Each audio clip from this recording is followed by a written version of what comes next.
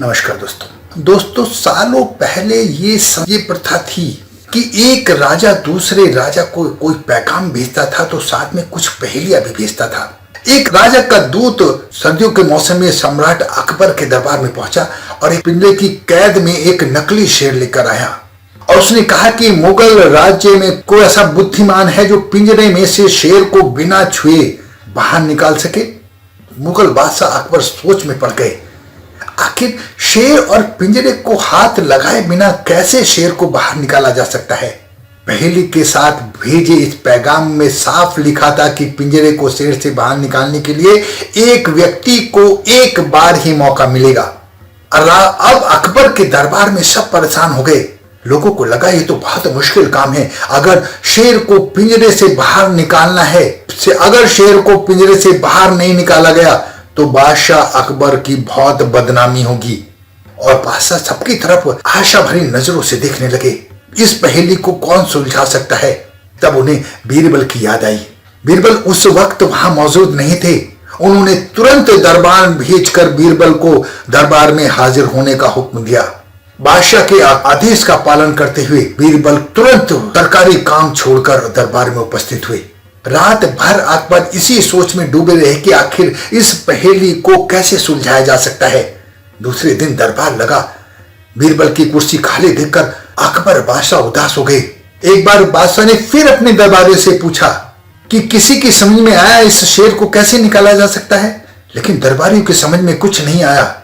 तब उन्होंने एक जादूगर को बुलाया, लेकिन वो भी विफल रहा।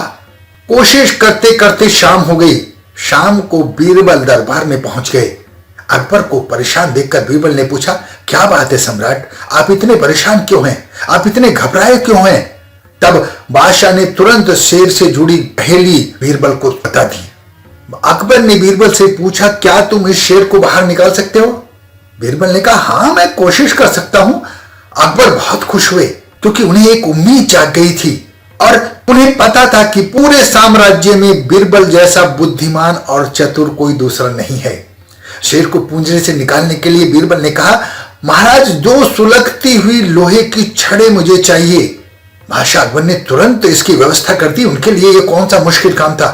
जैसे ही सुलगती छड़ें बीरबल की मिली, उसने पिंजरे को छुए बिना छड़ को अंदर पहुंचाकर उस नकली शेर पर रख दिया। जैसे ही गर्म लोहे की छड़ें मोम वाले शेर के संपर्क में आई, शेर तो मोम का था, वो पिघल गया और देखते ही देखते मोम पिंजरे से बाहर निकलने लगा। बीरबल की इस अक्लमंदी पर अकबर बहुत प्रसन्न हुए।